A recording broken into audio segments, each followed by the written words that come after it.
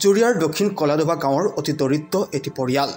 পৰিয়ালটোৰ মূল উপাৰ্জনকাৰী সম্প্ৰতি জটিল ৰোগত আক্ৰান্ত যাৰ পৰিপ্ৰেক্ষিতত পৰিয়ালটোলৈ নামি আহিছে কাল অমানিশা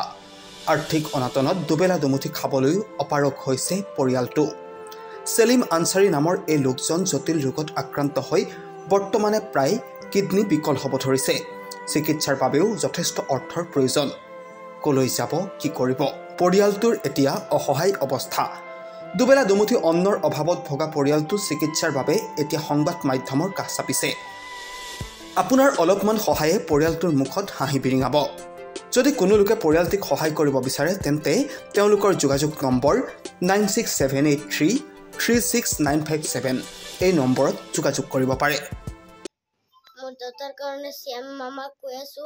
মোৰ দেউতাৰ কাৰণে অলপ সহায় কৰিবলৈ মোৰ দেউতাক যদি ভাল কৰে শ্যাম মামা মোৰ দেউতাক ভাল কৰিব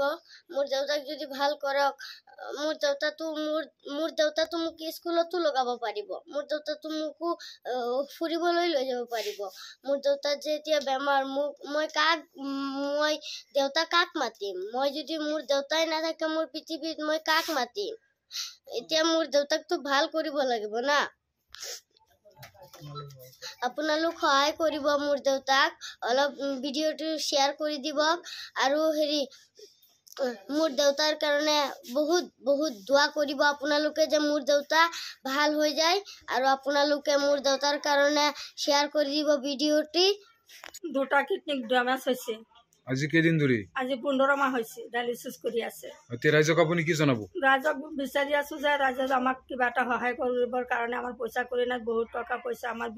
শেষ কৰিছো এতিয়া ল'ৰা ছোৱালী দুটা আছে পঢ়িব নোৱাৰে চিকিৎসা কৰিব নোৱাৰো বদলি কৰিবৰ কাৰণে কিমান টকাৰ প্ৰয়োজন হৈছে 20 লাখ টকাৰ প্ৰয়োজন হৈছে